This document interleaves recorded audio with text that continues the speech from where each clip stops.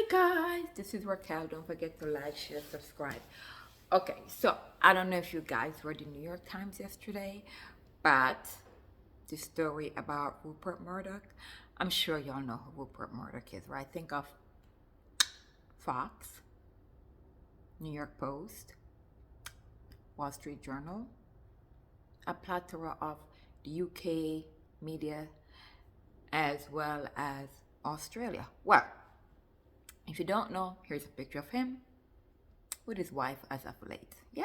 Okay, so, well, what you should know, right, is that his daddy had passed on a small media company to him and his two sisters, and he spent the last 70 years of his life building his conservative media empire, right? And so he has 6 children, okay? And his second wife bore him 3 children. And she wanted to make sure that the last 2 children of his third wife would not have any voting power over decisions regarding his empire. And so he had to create, as he did, a trust in 2006, irrevocable trust, okay? Where all his children have equal share of the moolah, right? Of the profit.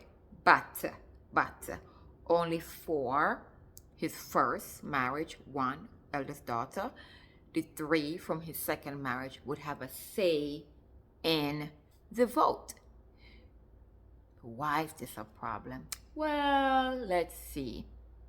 Rupert and his son, unmistakable according to the Times, his favorite. I think his name is Luchan, or forgive me, I cannot pronounce it. Share the same ideology, right? The conservative right-wing ideology, which perhaps not the same as the other children, at least of the second marriage. And so Mr. Rupert Murdoch is very concerned about his legacy after he transitioned and wants to ensure that the conservative right-wing empire is going to continue as it was while he was alive. And the only person he trusts to do that is his son, who is, according to the Times, unmistakable his favorite, or the only one whom he believes actually can handle the job. Probably not his favorite, but the one who he trusts to get the job done. So, in his trust, he made a clause. He will remain in control until his death, but he has the right to make some changes only if they are for the beneficiary of all his children. And he believes that if his son is in control and make the power and make the decisions as he would have made if he was still alive, it would be in the best financial interest of all his children, because the mullah would be raining from the sky, right? Making money. But the other children are like, not yet. We do not believe that's in our best interest. And we're not going to outvote our brother, right? And so he went along and he got some representatives to outvote, or to attempt to outvote, the other children who are not in agreement with him. And one of the representatives was Bill Barr, the former Attorney General for President Trump. So the children decided to bring him to the Commissioner of Nevada to prohibit him from changing the trust, the irrevocable trust, right?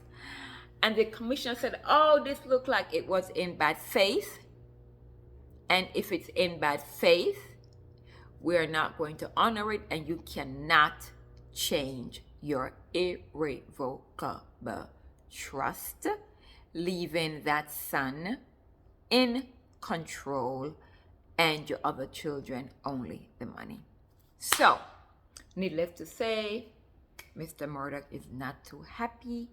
He will be appealing to the circuit court, and of course, it can be appealable thereafter. The point is, the power of the irrevocable trust still stands, right? And so the trust lives on after. And so it is imperative that what you write in your trust is what you really mean, because circumstances can come thereafter, which will have you go, and then you're like, oh, yeah, right? So don't forget to like, share, subscribe. This is Raquel, your favorite estate attorney, and I'm going to see you next time. All right? Ciao, ciao.